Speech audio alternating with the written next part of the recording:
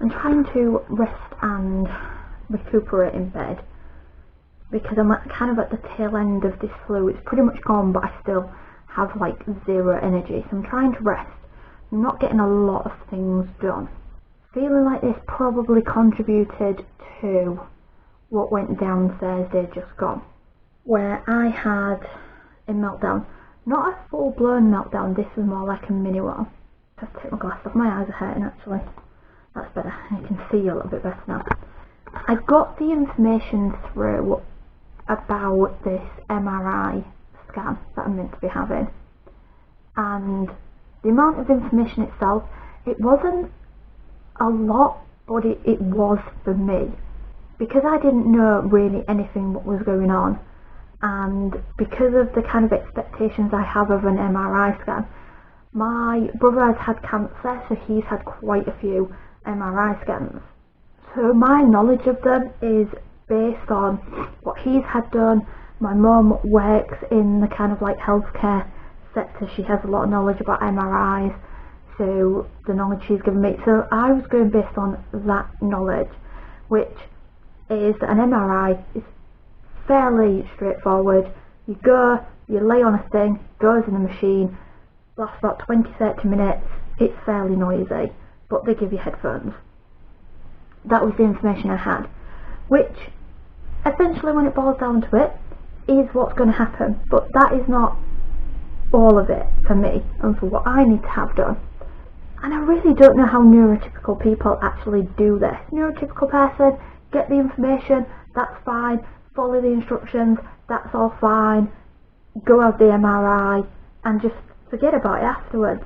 And really, to me, that is completely alien and I don't understand it. So I'm going to break it down and tell you how this is going to affect me, knowing how things affect me because of me being autistic. So the first step, it isn't as straightforward as just going for an MRI. This is like 2-3 days worth of things to do and all the rest of it. So the first step is, for 2 days before the MRI scan, I have to follow a low residue diet.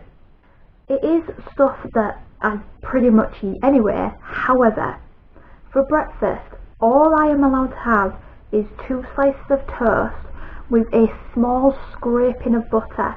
No jam, nothing else. That is all I am allowed to eat. Because I have issues with eating, I never eat toast with just a bit of butter on. It has to have jam or something. It has to be a little bit more interesting for me to be able to eat it. So that's going to be a little bit difficult. Then for lunch, I am allowed white fish or chicken with boiled potatoes, or I am allowed a chicken sandwich with white bread and a tiny bit of butter on it. That's it. That's all I'm allowed for lunch. For supper, same as lunch. That's it. That's all I'm allowed to eat. That is about a quarter of what I eat in a day, and I have to do that for 2 days. And if I don't eat enough, I have problems with my sugar levels.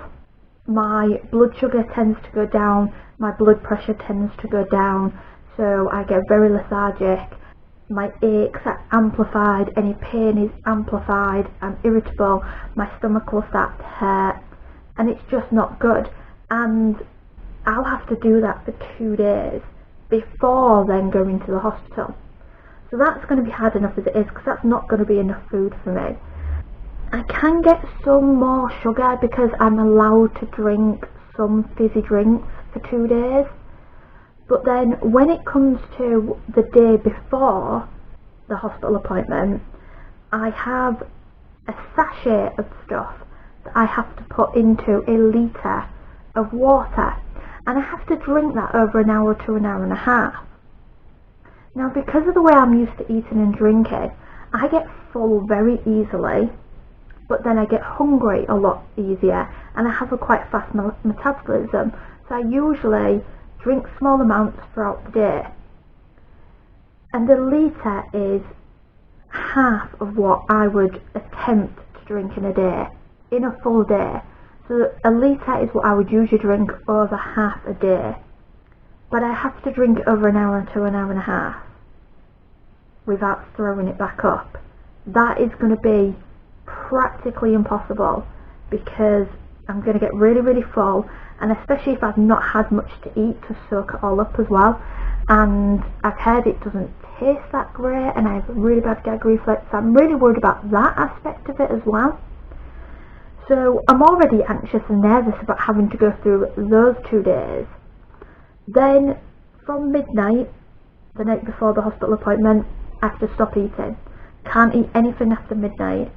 So I never go without eating breakfast because that makes me sick, and in the past when I have gone without breakfast I have actually been sick. So I have to go without breakfast. My appointment isn't until 11:15. I have to get all the way to the hospital I've been to before, which is 2 bus rides away. And then when I'm at the hospital, again over the space of 10-15 minutes there, I have to, it says drink 6 small cupfuls of a drink. But not only that, I have to have at least 1 injection. That's not going to happen very easily.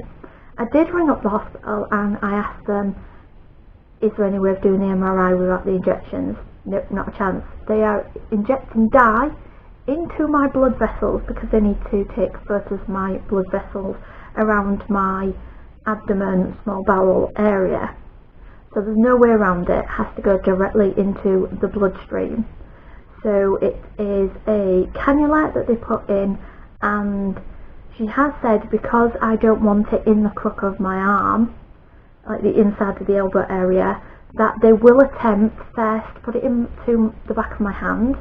If that doesn't work, they will try in my wrist, which is all well and good. You can see the veins. I'm quite a veiny person, but I was told when I went for my blood test that I have flat veins and they can't do it in the back of my hand. So I don't know whether that applies to my wrist or not. So because there's no guarantee of where the injection is going to go, that uncertainty is also freaking me out. Uncertainty of what's going to happen. Uncertainty of if I'm going to be able to drink that drink the day before and keep it down. Uncertainty of how I'm going to feel not having eaten much over 2 days. Uncertainty of not knowing where the injection is going to go in. On the plus side, I'm allowed numbing cream. On the downside, the woman from the department couldn't guarantee that they actually would have numbing cream, so I do have to go buy it myself. So there's all these uncertainties that the actual MRI department could not give me any more clarification on. So I'm freaking out like mad about it. So I contacted the gastroenterologist who has referred me for this to find out if there is any other procedures I could have done instead. But I don't hold out much hope for that. So my only other option that I can think of is to try and get back in touch with the MRI department and see if I would be okay to take a strong sedative like diazepam or something like that before having the procedure done. I've had diazepam before. I love diazepam because it really makes me just not give a rubbish about anything. Just don't care, do whatever. It chills me out. It actually makes me super productive as well, which is amazing. If diazepam wasn't so addictive, it would be a great thing for me to be able to take, because when I was on it before, I was getting up at 6:30, I was cleaning my house, I was doing everything. Diazepam is amazing, I love the stuff. But you can only have a couple at a time because it's super, super addictive.